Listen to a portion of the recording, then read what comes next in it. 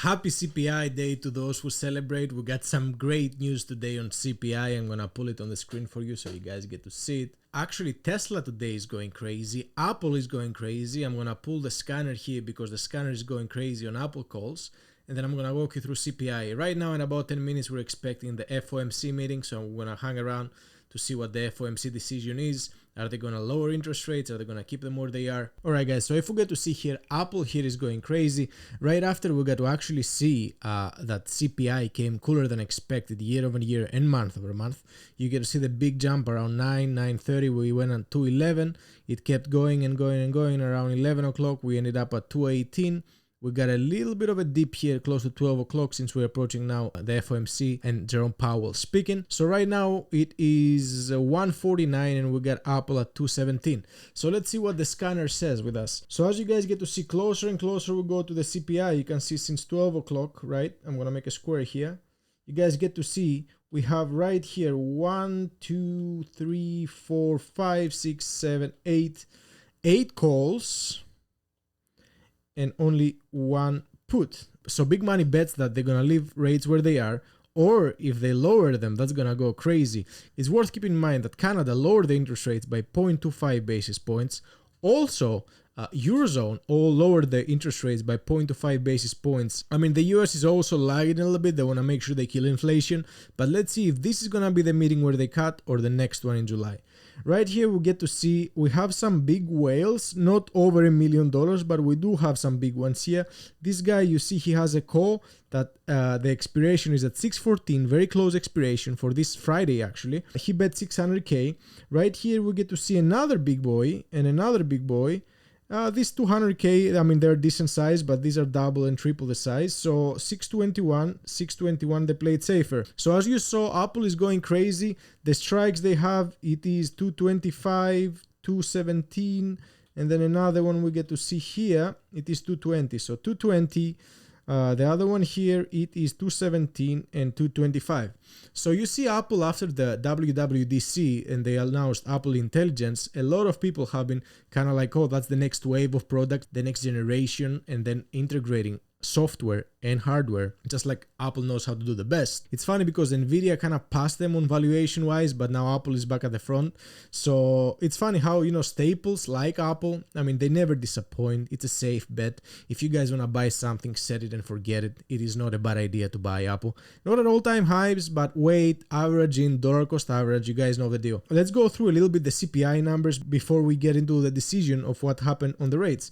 So CPI numbers, you guys get to see here, we have CPI 0% change month over month, and it was expected to move 0.1%. So this is cooler than expected, right? Another here, the core CPI, which is a little bit more interesting. You see here, we got an increase by 0.2% and we're expecting an increase by 0.3% again, month over month. So you get actually cooler number than expected. Now here again, if we go back to the expectation of the year over year, it was 3.4 and the expectation on the core CPI was 3.5. And what did we get? We actually got 0.1 less and 0.1 less if you compare this number with this number and this number with this number. So you get cooler than expected over the board on all these figures. So the market loved this. As you guys see, SPY was up like at 540s, 541, 542. This is all-time highs for SPY. The market loves to hear that inflation is dead, you know, and more money starts rolling into the market. Now, all eyes right now are what's going to happen on this FOMC. At 2 o'clock, we get the decision, and at 2:30, we get Jerome Powell. So let's see what he's going to say. Alright guys, so we're getting closer and closer to the CPI. It's 3 minutes before the CPI. Apple is approaching again 5% up on the day. Let's see what SPY is doing. We got here on SPY 542. You can see today we hit at all-time highs. We hit 543.89. You guys get to see that. You see, being short on this market is a very dangerous idea, but when you're scraping the top and keep breaking through, it's not a bad idea to do some long puts, take profits, that's the key, and then keep playing the upside, you know. During this market, you don't see, many people still are stuck into this idea of a recession, and it's kind of stupid, you know, I'll be honest with you, because you cannot have all-time highs on the same sentence as recession, you know, like the stock market is reaping like crazy, and if they stimulate it just a little bit with interest rates, I mean, I think we're gonna do great. I don't think that raising interest rates aggressively, just like lower interest rates aggressively, which we're about to see now, you saw like raising interest rates aggressively makes a mess of an economy, you know. But the reason they did this is to try to catch up on the inflation that was running wild. But again, you see like lowering interest rates aggressively, it creates a lot of whole things out of whack. So lowering interest rates aggressively is not as damaging to the economy, just like raising interest rates aggressively, but it's also damaging because things have to catch up and things are lagging. Another part here, and we're about to get an interest rate decision, so I'm going to stop. We're about to be at, okay, 2 o'clock. What we got?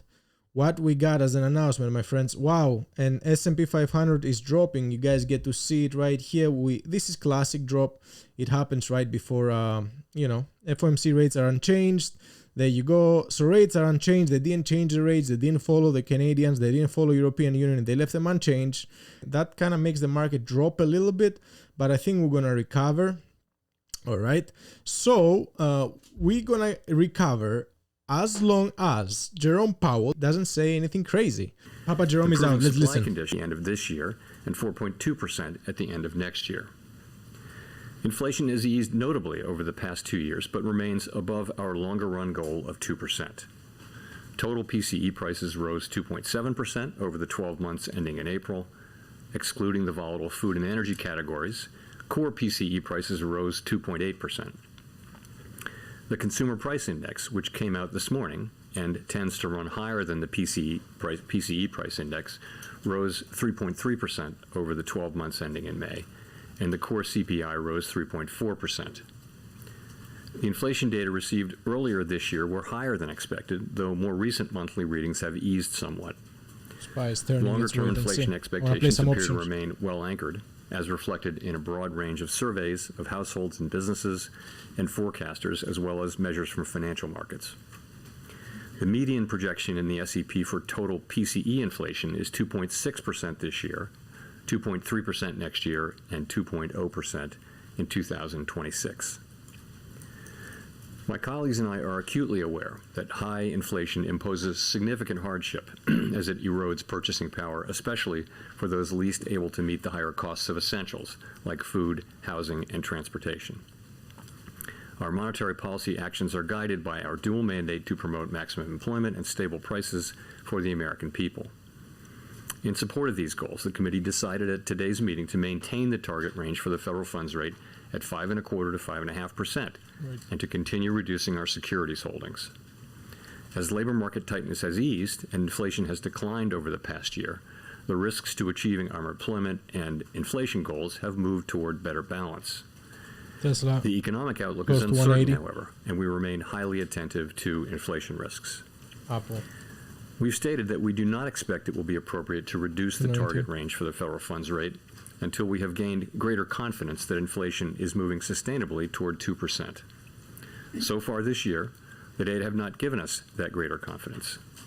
The most recent inflation readings have been more favorable than earlier in the year, however, and there has been modest further progress toward our inflation objective. We'll need to see more good data to bolster our confidence that inflation is moving sustainably toward 2%. Watch them cut next month. We know that reducing policy restraint too soon or too much could result in a reversal of the progress that we've seen on inflation. At the same time, reducing policy restraint too late or too little could unduly weaken economic activity and employment. In considering any adjustments to the target range for the federal funds rate, the committee will carefully assess incoming data, the evolving outlook, and the balance of risks. In our SEP, FOMC participants wrote down their individual assessments of an appropriate path for the federal funds rate, based on what each participant judges to be the most likely scenario going forward. If the economy evolves as expected, the median participant projects that the appropriate level of the federal funds rate will be 5.1% at the end of this year, 4.1% at the end of 2025, and 3.1% at the end of 2026. But these projections are not a committee plan or any kind of a decision.